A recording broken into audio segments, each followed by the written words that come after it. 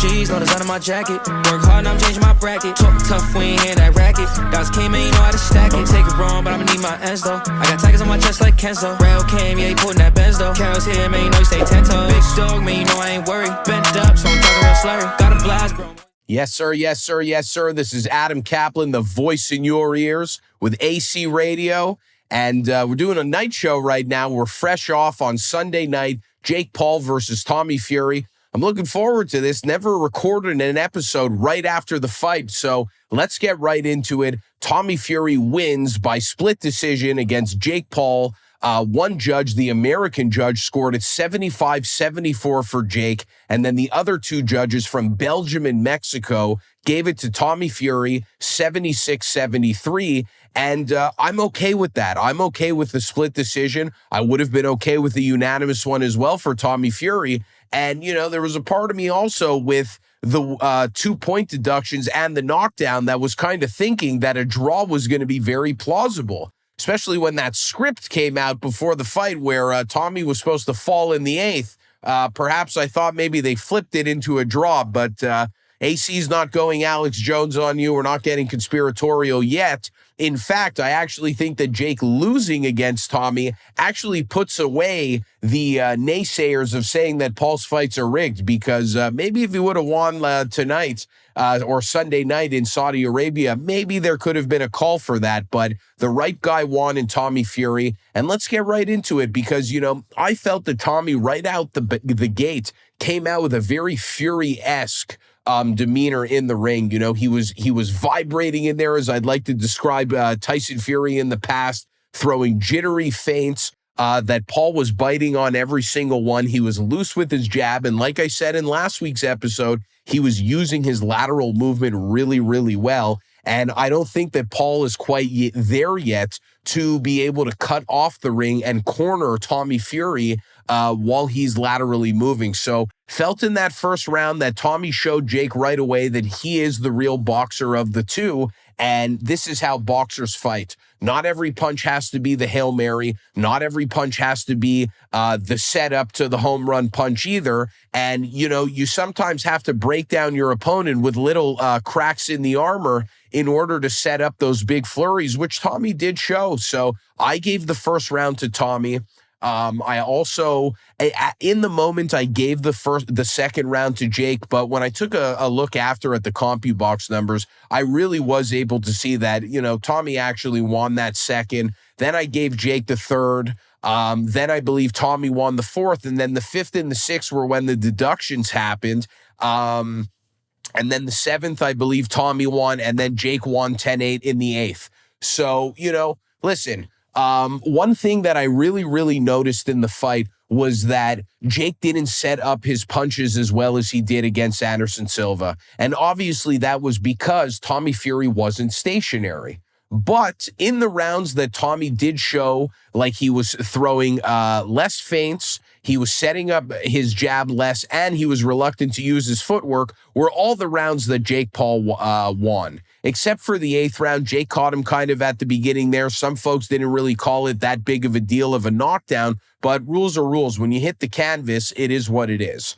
But a lot of folks actually still gave Tommy Fury that round. So even though it was you would score a 10-8 for Jake, a lot of people actually had it 9-8 because they didn't feel that 10-8, yeah, 9-8. So they didn't really feel that it wasn't that big of a deal because they didn't feel Jake won. So, and what's also interesting, in the fifth and the sixth, where the deductions happened, it doesn't seem as if it actually would have affected the outcome of the fight because, you know, Fury did what he needed to do in there. So, you know, big thing for me is that Jake didn't utilize his footwork to cut off the ring. I don't think he stayed behind his jab enough, and I don't think he set up his punches well enough. He didn't set up that left hook like he did against Silva with that fast 1-2 to get to the left hook. He threw a lot of singular left hooks, and he was going for that looping right hook like we saw against Tyron Woodley, and I just don't think that that's going to land against a guy like Tommy Fury for two reasons.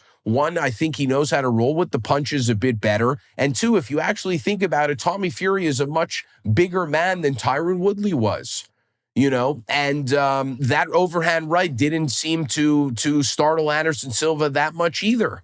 So now that he's fighting bigger and better competition, we're going to see that Jake can't rely on that overhand right, and he's going to have to use his footwork.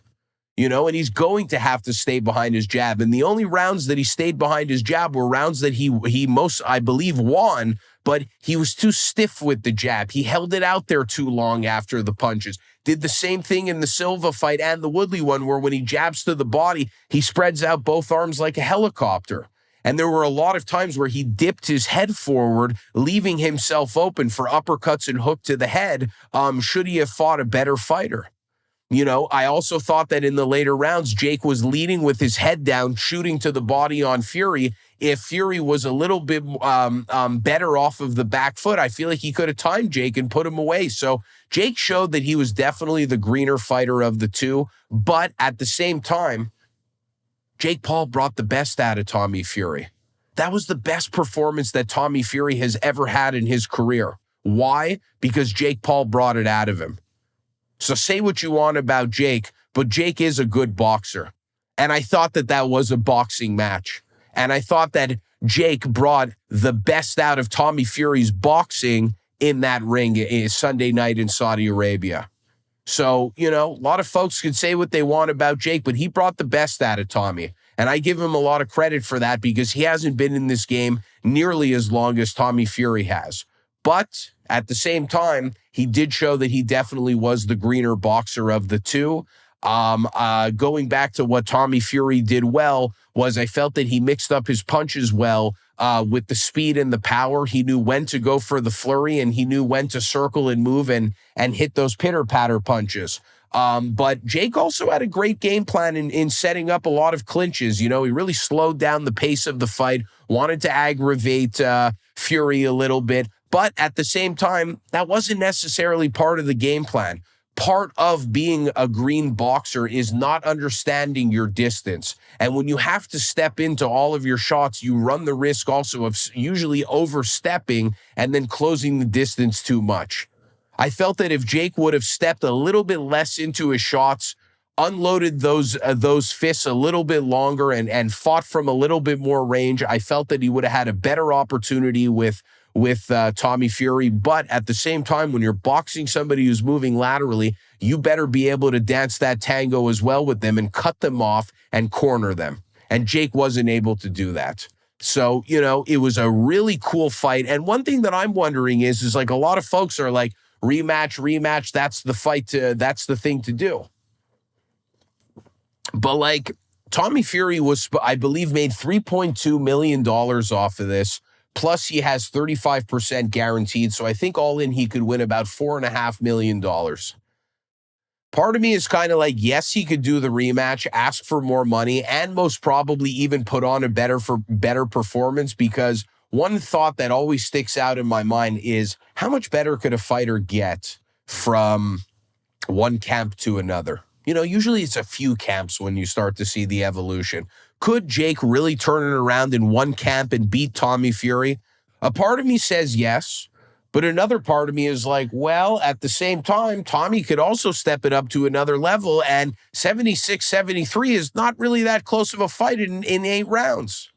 So, in one end, I'm like, yo, absolutely. That's why we got to do the rematch. Let Tommy make more dough. If it's a beatable fight and a winnable fight, let him go and make more money. I mean, the guy actually took a lot of flack leading up to this fight, which on one end, you're like, okay, he was crying after, like, bro, relax, not that big of a deal. You beat Jake Paul, which you said that you would beat with ease, and he actually brought the best out of you. But then at the same time, if you think about it, Tommy Fury got fucking ridiculed left, right, and center. And you got to think that after a while, dealing with all the pressure and your child being born and stuff like that, and your girlfriend's getting harassed online, that like, it's nice to get the dub against a guy who's been driving you crazy. So I understand that in terms of the Tommy Fury situation, which is exactly why I don't think Tommy should do the rematch.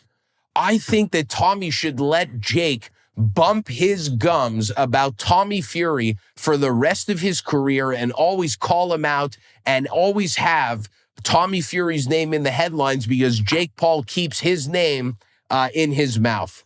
That's what I think. I think there's a part of me that's like, Tommy, you shouldn't even fight Jake again. You already got the dub. Enough with the antics, enough with the games. Let him talk his talk, Jake Paul, about Tommy Fury and the headlines. You reap the benefits of that because all press is good press, especially in the realm that Tommy Fury's in, because he still can't shake that reality star that, it almost seems like even Tommy has to convince us that he's a fighting man and that he's a professional boxer and whatever. What he did in Sunday night proved enough, which is why a part of me is like, maybe don't do the rematch. Maybe just have this guy bump his gums about you the whole time and get it done from there, Or on the flip side, maybe Jake Paul shits on, maybe Tommy Fury shits on Jake Paul's parade and fights KSI next. And then he beats KSI, and then KSI fights Jake Paul, and Tommy Fury's like, look at these two rejects that I beat up, both of them having to fight each other now. So it's so crazy where 1 second you're like, oh, Tommy fumbles, guy's a bozo, like reality star, go back to Love Island, like blah, blah, blah. Bro, guy might be holding all the chips now, because if he does a rematch with Jake Paul and he wins, he's got more cheddar and the story is done. And if he somehow loses to Jake Paul and they do a third one, Jake will happily pay him even more money, and he'll get paid in the first, second, and third a substantial amount of money that he probably wouldn't have made otherwise. Or, he doesn't fight Jake. He goes on with his boxing career and he uses his notoriety to get himself in big fights and against professional boxers. Or he even fights KSI, beats him, and then basically, closes the chapter on the whole influencer boxing thing, makes a bunch of money, and then he could virtually do whatever the hell he wants after this. So believe it or not, Tommy Fury actually holds all the cards right now, in my opinion, which is pretty jokes if you think about it. And, life is a marathon and not a sprint. And in that short moment of time, it looked like Jake Paul had Tommy Fury in the palm of his hands. And now you see that the race goes on. And Tommy Fury is actually ahead of the game with Jake Paul. I think he put on an impressive performance. I thought he used his jab well and his feints well. I thought that he showed notes of the great Tyson Fury in there as well, which I thought was cool. And as both guys started to tire, the fight didn't get too sloppy. It wasn't a joke. Certainly wasn't the joke of the weekend. Did you see that Floyd Mayweather versus Aaron Chalmers event? Whew, not that chill. So, this was a good fight. I thought that as the fighters got tired, it still stayed sharp in there. It still came off as a boxing match. If it happens again, AC's here for it. But if it doesn't, I actually commend and respect Tommy Fury for that, because then you got guys like Logan and Jake Paul constantly bumping their gums of keeping their name in your name in their mouth. And that's one of the best presses you could get. You know what I'm saying? So I actually like that idea. That could be pretty cool. One thing I do want to say is I wasn't impressed with the production quality. Much prefer Jake fighting on Showtime. I felt that this felt a lot similar to the Triller events that we've seen, which also kind of delegitimatize, or however the fuck you even say it. I thought that it watered down Jake Paul. I can't even speak. I thought that it watered down Jake Paul. I thought that the whole Pete Davidson thing and the Triller thing and the rappers in between, and then, even the Mike Tyson card where like the main event was supposed to be a real fight and then they flipped the script on us that it was an exhibition fight. There's all this fucking tomfoolery. But with Showtime, it legitimized it, So the other word before must have been delegitimize it. Thank you. So I felt that Showtime Boxing legitimized things and Jake Paul in his career. Thought that the production value, the all access, the camera angles, the backstage thing. I mean, like they had Jake, they had the cameras on him. The guy's putting his outfit on. It's like, can you wait 45 seconds? I know that he was late and he was playing mind games with Tommy Fury, but like, you don't open the door when the fighter's putting on his outfit. It makes the production look stupid. It doesn't look like they have it down to a science like Showtime Boxing does. So to me, I wasn't a big fan of the production quality. I think they have a long way to go. The graphics weren't that great either. Didn't like the camera angles. Felt like there was a lot of angles where the flurries were happening and the camera was always in the wrong place. And I find that takes away a lot from the audience's perspective as well. Not that I'm giving Jake Paul any credit here, because I'm sure in some of those moments, it actually would have furthered your opinion in thinking he lost. But overall, I thought that it was a great event. If the rematch happens, like I said, I'm here for it. But at the end of the day, I think that Tommy Fury closing that chapter and moving on as a professional boxer and kind of also putting his personal life to rest as well with being in the media with Jake Paul, I think it could be the right move. But at the same time, if they want to do the rematch, I'm sure a lot of people are here for it. I think a lot of people do have more respect for both of these boxers after this fight. I think both people do understand that Tommy's 23, Jake is 26. They're both still very green in the sport. And I think that more people are going to give them a little bit more slack now. Because keep in mind, Jake was heavy with the antics leading up to the fight. But I felt that the last week, he showed a different level of maturity and calmness and didn't feel like he had to take the fight and the antics to like a whole nother level. You know what I'm saying? I felt like, even Tommy sometimes was acting a little bit more unorthodox than Jake was, which is interesting. But overall, I thought the fight itself was great. I think that both of each other brought the best out in each other, which I think is one of the things you could ask for the most in a fight, is when both guys bring the best out in each other. Those are the types of fights where you're like, fuck, I'd watch these guys fight 4, 5, 6 times. Like, why can't we get a little series here, a little NHL action, best of 7? A lot of people, those are those types of fights. Was it Hagler-Hearns? No. Was it, I don't know, was it Michael Chandler versus, Gaethje or Dustin Poirier? No. Was it, whatever? No, it wasn't. But at the end of the day, I think that both of these guys prove their worth and where they stand. Is Jake Paul going to fight Canelo and beat him? Absolutely not. But the people who let comments like that get that under your skin, you're a bozo. Like, there's no, if you even think for a second that could actually happen, you're a bozo for thinking that. So you always got to take what some of these guys are saying with a grain of salt. They're playing a character, they're playing an act, and at the end of the day, when that one starts to show on your record, aka you lose, you see another side of somebody and they get humbled. So,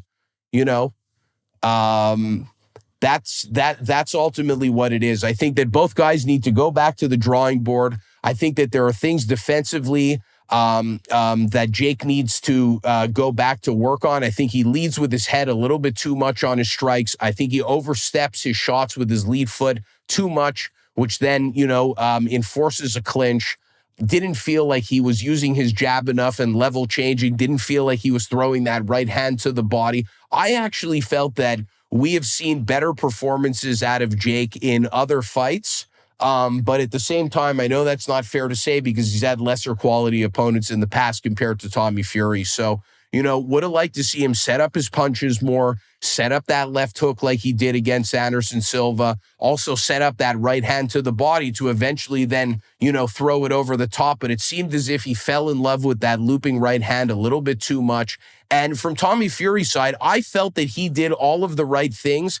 And I might even go as far as saying that some of the rounds that Jake won were only because Tommy wasn't going back to the original game plan. And he was either getting tired or took a round off. So, know a lot of you who probably just read the thumbnail are like, oh, wow, AC's backing Fury now after his last thumbnail said Jake Paul will beat Tommy Fury. Well, if you listen to the episode, I'm pretty sure I called it right down the middle.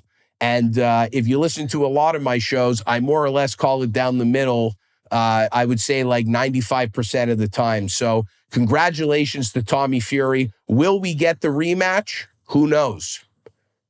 Personally, I think whether Tommy gets the rematch or not, Tommy still ends up out of this scenario on top. Jake Paul could move on to fight Nate Diaz. He could move on to fight KSI. He could move on to fight Mike Perry. He has a slew of guys that he could move on to fight. If he continues to build this bridge with the likes of Dubai and Saudi Arabia, like a Floyd Mayweather, he'll always have a home in traveling overseas, maybe paying a little less income tax, and having people that will pay for his presence to see him fight. So I know that both guys are going to be back, whether they fight each other or not, obviously, because the show goes on. Wins to losses, turns to bosses. AC Radio, we're out, baby. Big G's, no design on my jacket. Work hard and I'm changing my bracket. Talk tough, we ain't hearing that racket. Dogs came in, you know how to stack it. Don't take it wrong, but I'ma need my ends though. I got tigers on my chest like Kenzo. Rail came, yeah, he putting that Benz though. Carol's here, man, you know he stay 10 toes. Big dog, man, you know I ain't worried. Bent up, so I'm talking real slow.